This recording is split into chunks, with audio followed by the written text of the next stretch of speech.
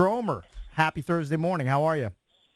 Pretty good, guys. Pretty good. Nice to be on a little winning streak here. So Yeah, for sure. Looking forward to Saturday. Yeah. Hey, you know what? And you called it last week when we were kind of. First of all, he's leading the team in goals, Yes, right? correct. 7. And you called Ovi, kind of breaking out a little bit. You said, "Don't worry, the chances are coming." And he had 2 more, right? So he's starting to break out a little bit. What do you? He can't buy an assist though. No. Yeah, you talked about that last week too, Stromer. No assists, man. What's going on there?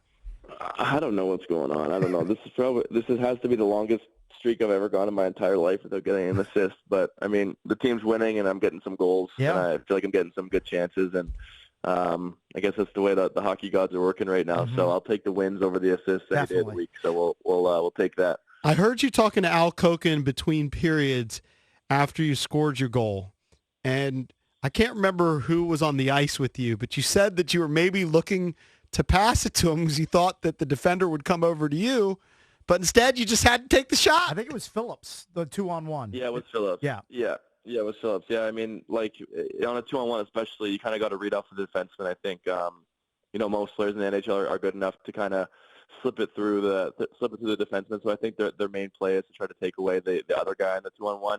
Kind of let the goalie try to take more of the 1-on-1. I think the goalie, I would say, has a better chance of saving, a straight 1-on-1 than kind of like a backdoor tap in. So, I was looking past the whole way. And then I kind of, once I got down like below the hash marks, I kind of figured, all right, pass doesn't really seem like an option here. So just try to shoot it as hard as I could and had the right side of the net. So I was definitely pretty pumped up after that one and ended up being the game winner. So beating the best team in the league feels pretty good, and ready to move on to this weekend. Yeah, Dylan, rewinding a little bit on your goal, what a great setup from Sonny Milano. He just casually banks the puck off the boards, and then all of a sudden the puck is on your tape. And you're like, okay, here's an opportunity. And, Craig Lachlan was gushing about your shot on the broadcast, like how you put it far side on Logan Thompson because he cut off the short side.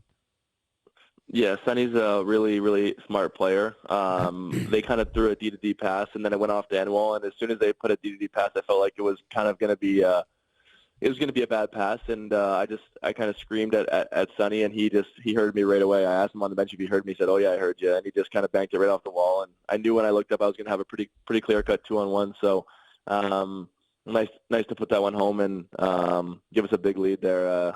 And then we had our guy behind us in net just put on an absolute clinic in there. So we knew when we had him going and he was feeling good. We knew that we were gonna end up on the right side of that one. Yeah, what a performance by Lindgren. By the way, is he Charlie or is he Lindy to you guys? I thought they're calling him Chucky. Yeah, well, what's the nickname? Yeah, he's Chucky. He's Chucky. Chucky. Okay, so I was wrong on both counts. He's Chucky. Okay, but yeah, what a great performance by him. And another highlight to me was Dylan McElrath. I mean, the Hershey call-up, that dude is a badass because he tangled with the Knights' noted tough guy, Kolasar, and in my opinion, I mean, he just punked him. Did you and your teammates know much about him before the game? Because he just got called up from Hershey recently.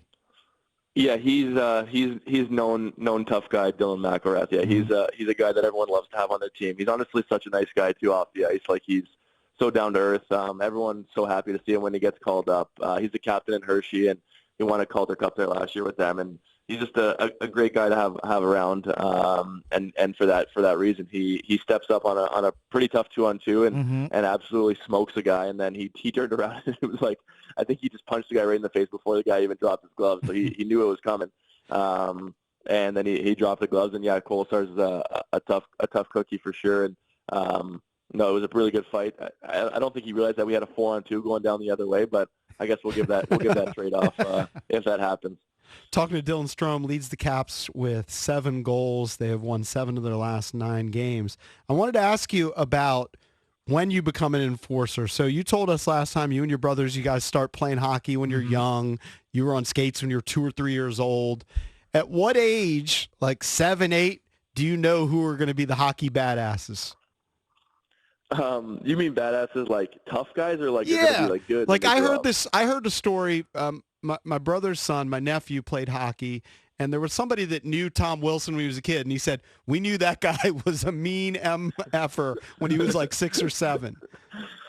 Yeah, I think you can tell pretty early. I think it's like honestly pretty tough for like the guys that are like kind of the crazy ones when you grow up to make it to the NHL. Like there was definitely some, some crazy kids that you never wanted to play against. You didn't know if they were going to slash you over the head or just run you from behind in the game. But I think the guys that are like, that can score and also do that, they have a really good chance of making it. I think anyone that plays super physical and always looking to get in altercations, but also can score, that's kind of what a lot of teams are looking for. Like there's a guy like Matt Tkachuk or a guy that can get under other teams' skin or guys that have kind of done that their whole career. Tom's honestly a great example. Like he can score, he can make plays. And I know for a fact that other teams don't like playing against them. He catches some guys, when they're the least suspecting it and lays some pretty good hits on them. So I would say you could tell at a pretty early age, although I will say it's pretty hard to make the NHL just by doing that. You got to have the skill that comes with it. Yeah, so Dylan, I wanted to see the McElrath fight in its entirety. So I went to hockeyfights.com. I saw it. Again, I saw him beat Colasar's ass pretty soundly. So then I was like, I need to search Dylan Strome's fight history on hockeyfights.com. And Is it a long history? No, it's very short. The only entry is from 2013-14 when you had to be like 16 to 17 years old. You fought Brett McKenzie, but there's no video. I couldn't see the video of it. I know. I actually looked for that maybe a couple weeks ago, and because there used to be a video on there, and I guess I don't know what happened. I think it's someone said it says on there that the account who put it up deleted their account, I guess. Now, on the other hand, did Brett McKenzie make it? I don't even think know. So. I don't believe so. But then I searched Ryan Strome, your brother. He's got a much longer list of scraps than you do. Your brother likes to scrap a little bit. Yeah, I think he's got 10 or 11 fights. Yeah, I like to say that I'm the middle child, so I'm the lover of the family. I'm a lover, not a fighter. I definitely have that streak in me. I think maybe more towards my brothers when we were growing up, for sure. I definitely have some neighborhood scraps or some brotherly road hockey scraps. But yeah, yet to drop the gloves in the NHL. I guess the time just hasn't arisen. I don't know. I like to think I can be more useful on the ice for those 5 minutes, and maybe I'd be in the box, but maybe there's a time for that. Hey, so who won? I mean, we have no video evidence. What happened in your fight with McKenzie?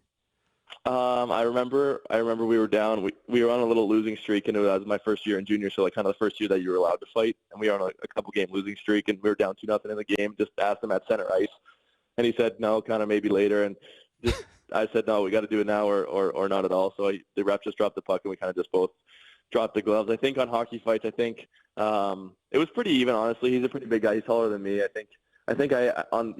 can vote on hockey fights. I think I had 1 win vote and 2 lost votes, but I like to think it was maybe someone from his family that voted. So. Right. Well, look, you're playing for the Capitals, and no offense to him, he's playing for the Toledo Walleye right now in the ECHL. He didn't sign a 5-year, $25 million extension last time I checked. But I could be wrong. I could have missed that. Stromer, thanks as always. Get some rest and then try to get 2 more points against Columbus. Keep the heater going, man. Thanks again. Sounds good. Will do, guys. Talk to you next week. Thank you, buddy. Such a good dude. Dylan Strome from your Washington Capitals.